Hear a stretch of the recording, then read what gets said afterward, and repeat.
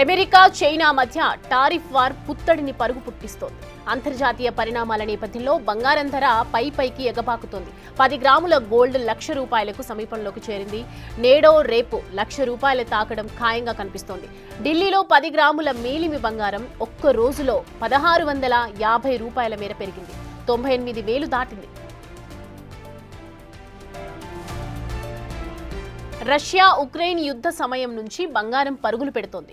ఇప్పుడు అమెరికా అధ్యక్షుడు ట్రంప్ తీసుకున్న టారిఫ్స్, ఇతర నిర్ణయాల కారణంగా మార్కెట్లో అనిశ్చితి నెలకొంది. స్టాక్ మార్కెట్లు భారీగా పతనమై కొద్దిగా కోలుకుంటున్నాయి. దీంతో సేఫ్ ఇన్వెస్ట్మెంట్ గా బంగారానికి గిరాకీ పెరిగింది. వెండి ధర సైతం బంగారాన్ని ఫాలో అవుతోంది.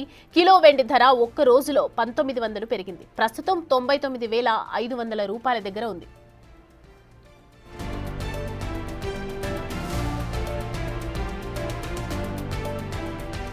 అటు డాలర్ ఇండెక్స్ బలహీనపడటం, అమెరికా ఫెడరల్ రిజర్వ్ వడ్డీ రేట్ల తగ్గించడం వచ్చనే అంచనాలు కూడా బంగారం ధర పెరగటానికి కారణంగా కనిపిస్తున్నాయి. సాధారణంగా స్టాక్ మార్కెట్లు పెరుగుతున్నప్పుడు బంగారం రేటు కాస్త తగ్గుతూ ఉంటుంది, లేదంటే నిలకడగా ఉంటుంది. ఈసారి మాత్రం అందుకు భిన్నంగా కనిపిస్తోంది.